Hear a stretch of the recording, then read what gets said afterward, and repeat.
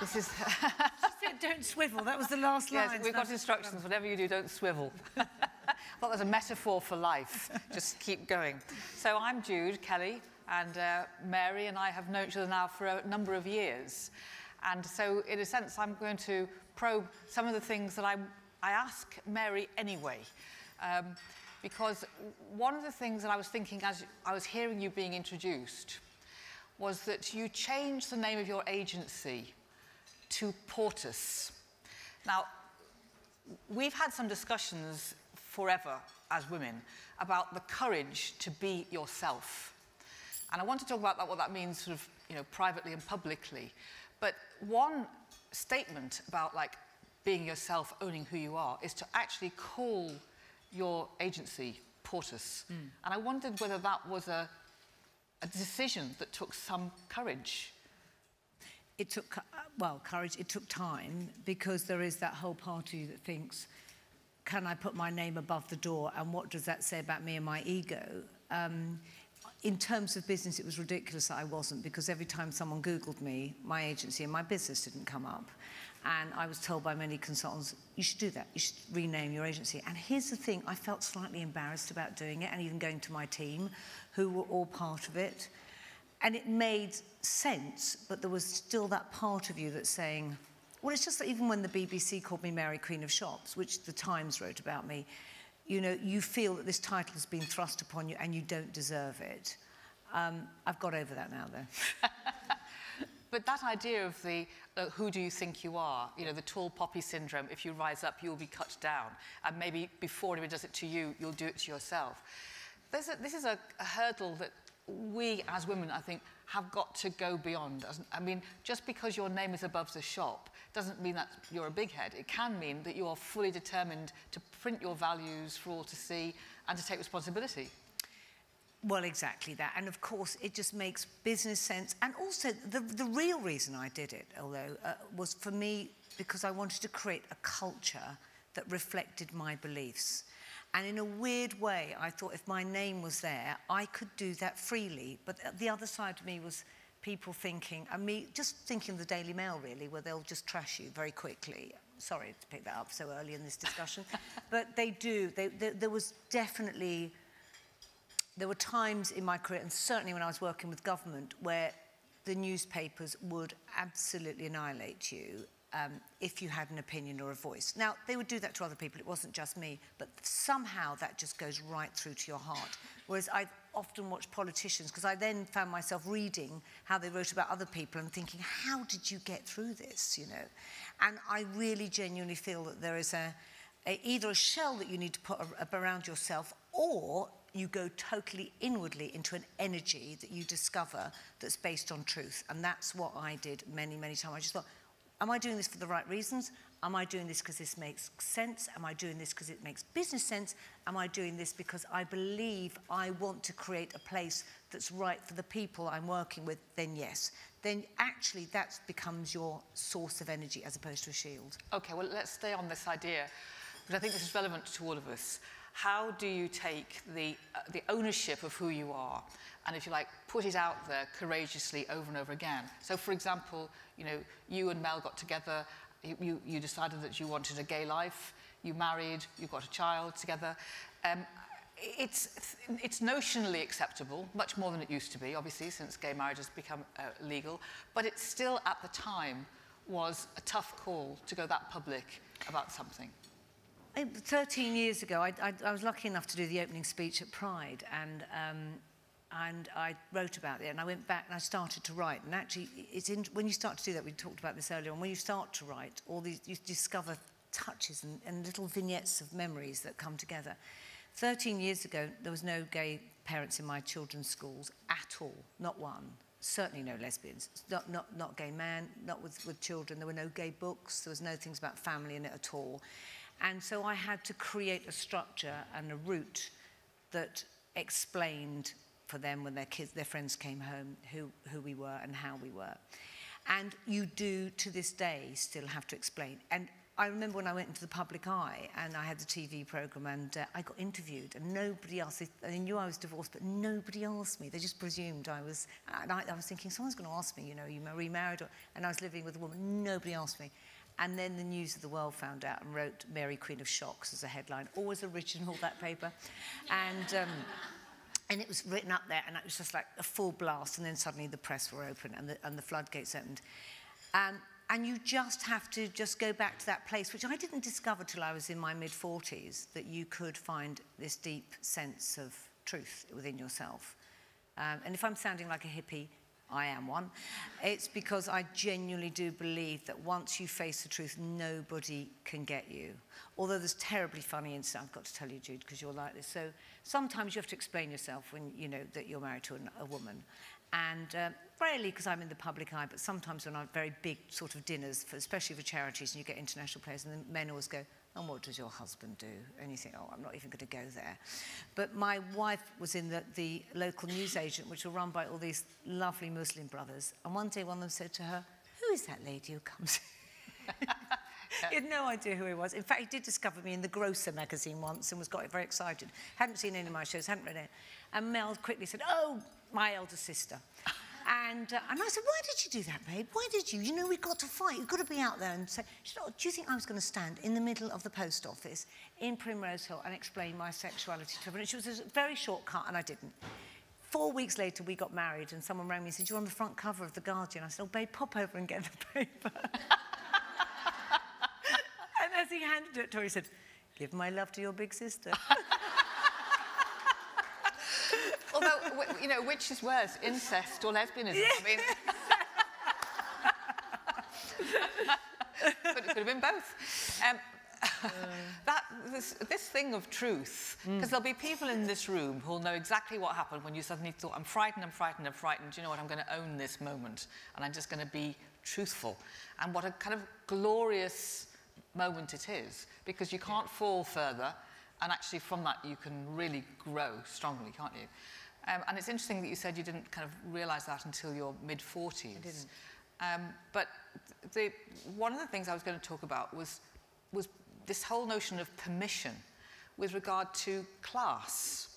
So when you come from an Irish Catholic background and you come from a modest background, working class background, and again, you know, a lot of that, of the environment of, you know, second generation migrants, working class kids, the language tends to be, you're grateful for what you've got, work hard, keep your head down, and, you know, make something of yourself in quite a kind of conventional way.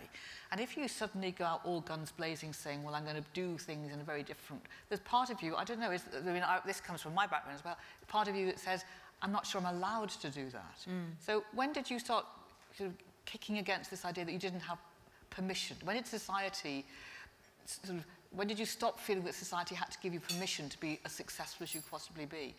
Well, I think for me, historically, because I lost my parents very young, my mother died when I was 16, my father when I was 18, so I went through about, I think, very much 5 years of grief, where I was completely and utterly lost. And then I went into this place of fear, which probably paralleled at the time, of I had to survive. And so I think I just had to go out in a bigger way, because I was at the bottom, as you talked about it. And often when you read people making change in their life, they have to go right to the bottom in order to know, well, actually, you have nowhere else to go. Although I think we don't need to do that. And that's the big learning, is one didn't need to do that, but I didn't know that. So I think I just worked harder than the rest and faster for survival.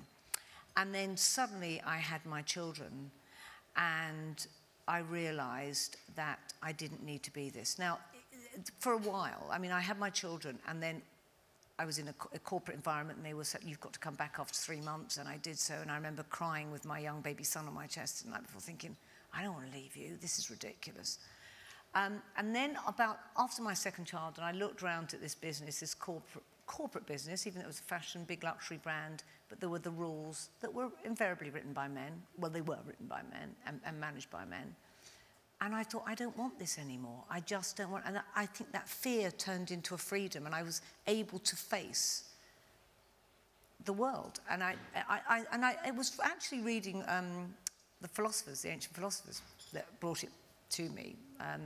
I was very lucky. It was a brilliant, brilliant woman who worked in the industry who just adored philosophy, and she used to share these books with me, and it just opened up. And I suddenly thought, you know what? Come to the edge. You know my favourite Christopher Lowe, you know the Christopher Lowe poem. Can I say it? Yes, please do. Well, it's just a beautiful poem that I now have it on my office door because I said it at the, come to the edge. We can't. Come to the edge. We're frightened. Come to the edge. And they came, and he pushed them, and they flew. And I just remember reading this over and over again, and of the philosophers thinking, I'm just going to take that fly. And I did. And the world is extraordinarily accepting. And I think we focus too much on the small percentage that aren't accepting, who have the loudest voices. I mean, let's look what's happening with Donald Trump at the moment, who can make those huge noises, but that do not represent the world and who we are, particularly as women. And it just changed my whole way. I created my own business, went out into the world, and then suddenly it all opened up to me. TV offers came, magazine, but from that space. But it took me a while to get to there, from fear and loss. So, but I wouldn't want everyone to go through that, and I try and give it to my daughter that don't go to that place. But feel the fear and do it anyway is a big phrase. Feel the fear and do it. Oh, no, I feel the fear all the time, but not that fear that absolutely stops you. Yeah, that paralyses you. Paralyses you. You wrote a book recently, and it's been a great success, Shop Girl. And I was thinking, I mean, you know, you're a woman who we associate because of seeing you on TV and broadcasting and many platforms. You're very much a doer. You're you say, I've got an idea, I'm going to do it. And the speed from thought to doing seems to be very, very quick. Sometimes too quick, my family would say. Okay. You know, you're a tornado at times, you mean. But you wrote a book, and to write a book requires reflection and rumination. And what did you learn from writing that you don't learn from just thought and then do? I think we need reflection in our lives, and I think that we can fill ourselves with just being at a fast pace, and I am a doer, exactly that. But actually, when I'm at my best is when I reflect, and I stop, and I take the time to let my energy flow. I even do it when I'm in meetings sometimes now. So someone's talking, and just stop and let your energy go into that warmer, clearer place, and always you're able to come back with a really much stronger and much more thoughtful, caring response. The biggest thing I learned was is that I liked myself. And that sounds really egotistical, and I can only do this amongst a room of women. But I was the fourth out of 5 kids, and I was the noisiest, and I didn't have a voice as a child. I had 3 brothers above me, adorable, and I was the scrappy little noisy one and my mother didn't have time. And so I thought I was bad because I was in trouble, so I thought I was bad. And even when my marriage broke up, I thought it was me. And so it carried for a long, long way until I wrote this, and I kind of just liked the kid. I liked the kid. So you fell in love with the child that you were. I kind of, and it's funny because I do see her separate to me, but I fell in love with the scrappy little kid who was just trying to get on in the world, who actually was okay. At the moment, I know that you're working on the whole kind of idea of money, how we feel as a society about money, and also, in a sense, what you were saying earlier about corporate life, how corporate life is shifting because our values are now calling out corporate, conventional corporate life and saying actually that sort of, that prison, that sense of these are the rules and thou shalt not, are not necessarily the ones that we want to live by anymore. So can you just talk a little bit about how you think we are changing around money and sort of business life? So, I get the feeling, you get feelings like you do as an artistic creative director. You kind of get a feeling that things are changing, and your hope goes into that area, if it's a good feeling. But, you know, in business, we have to back it up with statistics and data. Instinct can only come with that in business. And sometimes, you know, instinct is the most powerful thing. There was just one great quote I'm going to do. Gloria Steinem, one of my favourite quotes in The Observer the other week, when she was being interviewed. So, you know, they asked her, what would you give to a 16-year-old girl? What advice? And I thought, not just a 16-year-old. And she said, if it looks like a duck, and it quacks like a duck, and it walks like a duck, but you think it's a pig, it's a pig. And I thought, that I wish someone had told me that so many times. So I had this instinct that, because I work and advise, you know, retailers and businesses on consumerism, that we were becoming more kinder in the way we were consuming in our world. And the millennial generation are really thinking about what they're giving into their world. A much nicer generation than our generation. And so I've been doing this program looking at what Britain buys, what we earn, and what's come out is that people want experiences more, that we've had this huge kind of saturation of wealth and this global dominance of big brands and businesses that we've just lost trust in, and they've imploded. And invariably, it's because they've been run with money at the vision and not with instinct and love and kindness, and actually selling to people what they might want or need. And what's come out of it is a generation that have just a belief that stuff is not going to be what they need in their life because there's absolutely no truth in it, there's no depth. So they're all craving experiences. So if you're getting behind any businesses, look at the ones that are going for experience, and people are wanting to do and be rather than buy, which is a really beautiful place to be in. And what I was saying to Jude is we never hear those messages. We hear the messages of what a bad world we're living in and how greed is at the heart of it. And I do think, and I'm being very open here, that what we've seen happening with the British home store scenario is that I call it the G-spots move from that greed and gain, and we're going into a place of generosity and giving. Even if it is businesses where you're selling, it's actually putting the people at the heart of that. Because we'll always sell and we'll always buy, but how do we put people at the heart of that? And how do we actually give in a way that it's right for them, good for them, and good for the world? And it's just a really fantastic. I wish I'd been in that place 30 years ago. And you can tell that because of the way that people are repulsed, basically, by what's happening with British home stores. Repulsive. That greed is no longer... Total greed, like, why do you need that much money? That's the other thing. How much money do we all need? How much do you need? If you had to think of, you know, one thing that would improve women's lives by 2020, let's just give it, what would you do if you had a magic wand you could improve women's lives? What bit would you improve? Well, I genuinely believe we need... What bit would I improve? I think definitely maternity we have to sort out. I mean, beyond, I would think that no one should have to... I think you should be paid fully. I think that would be... I've just done it with 2 of my directors. I just paid them, and you see the love that comes back. They come in with a baby under their arm, they're breastfeeding, they hold meetings. You don't put a time scale. And I do think it is one of the biggest things that stops women from taking that big leap, and it shouldn't do, because the most important thing so many of us do is having children. And I would absolutely say to businesses, pay them while they're off, and then they'd have to work out how support and care gets given at home. That would be it. And put more women in politics. That really has to happen. Okay, that's 2 things. Sorry. We have to come to an end at this point. If you haven't read Mary's book, do. It's really a great read, and funny and clever and witty. But I think the most important thing that these sorts of sessions always do is they suggest to us that the way to be emboldened to do everything you could possibly do, to realise your own potential, is to imagine if you were your own child, you'd do everything to get that child to live up to their possibility. So we need to do that for ourselves as well.